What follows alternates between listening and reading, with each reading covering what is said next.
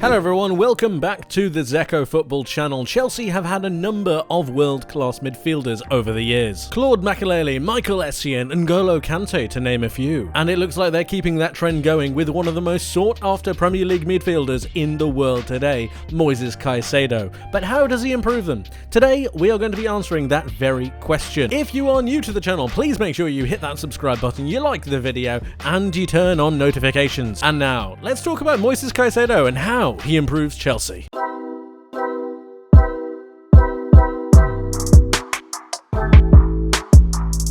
Moises Caicedo unlocks doors for Chelsea. His ability and tactical fluidity in certain systems allow Chelsea to change their formation and change the different permutations that they might have depending on what opposition they have and how they might want to play on any given day. I have a number of formations that Chelsea could choose from. This is the first one, the 4-2-3-1, and this is a formation that is synonymous with the way that Chelsea and Mauricio Pochettino will generally want his teams to set up. This is how he set up his team at Tottenham, and that is the last time I'm going to be mentioning that club in a Chelsea video. But with Chelsea, they're going to be looking for width down the sides, obviously, from the fullbacks. The wingers are going to be coming inside, and the central attacking midfielder is going to be the hub for the creativity going forwards. But as well as that, you need to have a good basis in midfield, and that is going to come from Enzo Fernandez and Moises Caicedo, of course. With Caicedo being a more defensive outlet, Enzo is going to be able to move forwards just a touch. Not too much to become a central attacking midfielder, but just to allow himself to be more expressive, to get that creativity flowing through him and therefore flowing through Chelsea. His passes across the pitch are going to be absolutely vital, as well as his passing through the lines into the striker or into the central attacking midfielder. Enzo being a bit more free also will unlock Nkunku, who is perfectly capable of playing that second striker role. You can see his runs going through the middle of the pitch and then Enzo being able to find him. Enzo's range of passing would be unlocked somewhat because he wouldn't be needing to worry about the defensive work that he would need to do if he was the only central defensive midfielder. Caicedo would cover all of this, and his mobility would allow him to cover left to right, side to side, and it would give Enzo the license to be able to go forwards that little bit. His ability on the ball and off the ball, Caicedo's I'm talking about, will allow him to play progressive passes through the heart of midfield, and not just that, but to be able to recycle possession through the defensive units in terms of the fullbacks and in terms of the centre-backs. He is very press resistant, he's very good at Brighton, and his ability on the ball is going to be absolutely vital if Chelsea are going to want to be a press resistant side. So this is the first one. It's pretty standard, it's the way that Mauricio Pochettino would like to work. Nkunku would be one of the most valuable assets, Enzo would be able to move forwards that little bit more, and Caicedo would cover a lot of the defensive work. Let's have a look at another one. Here we go. Here we have them set up in a 4-3-3. Now Caicedo will be the holding central midfielder, and Enzo moves forward into that central attacking midfield role. And while I think this is a crucial and key point, it's not necessarily something that I'm expecting from Mauricio Pochettino. However, he still has a couple of assets that he would be able to utilise in this formation. The fullbacks could still maintain their width, and you'd still have the wingers be able to cut inside. The likes of Nkunku and Enzo Fernandez could be the two main attacking hubs, the creative hubs, to be able to make the chances for both the wingers, or the forwards, and the main striker. Caicedo would be able to shuffle across again once more, recycling possession and giving himself the time and awareness, because he's so press resistant, to be able to move the ball back through midfield and keep Chelsea on the front foot.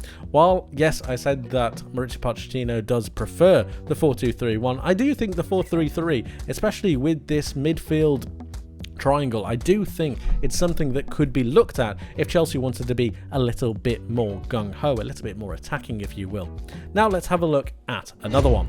Here is something a little bit more radical. Is it something that I believe Mauricio Pochettino will go to first? No, not at all. But Chelsea have options, and that's what I'm talking about when I'm speaking about the flexibility of Moises Caicedo. His defensive awareness and his ability to pick up the ball from the main centre-backs allows him to then transition the play forwards. And in his defensive ability and his ability to really transition the play forwards and play through the lines, we know his progressive passes are very good. It allows Chelsea just to be a little bit more attacking.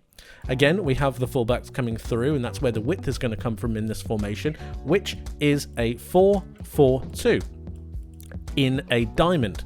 When we have this, we have Nkunku as the main central attacking midfielder, two centre mids in Andre Santos and Enzo Fernandez, and then obviously we have Moises Caicedo as the main central defensive midfielder. Again, his mobility allows him to cover a lot of ground, and then Santos and Enzo are able to just go forwards, taking up pockets of space in and around the penalty area, and then giving the likes of Broja and Jackson, one of Chelsea's new signings, to be able to fill the area. Chelsea have struggled from creating and scoring goals, so why not try to fix that with two main strikers? Jackson is very mobile, as is Broja, and they're two very strong players who are able to hold the ball up and bring others into play.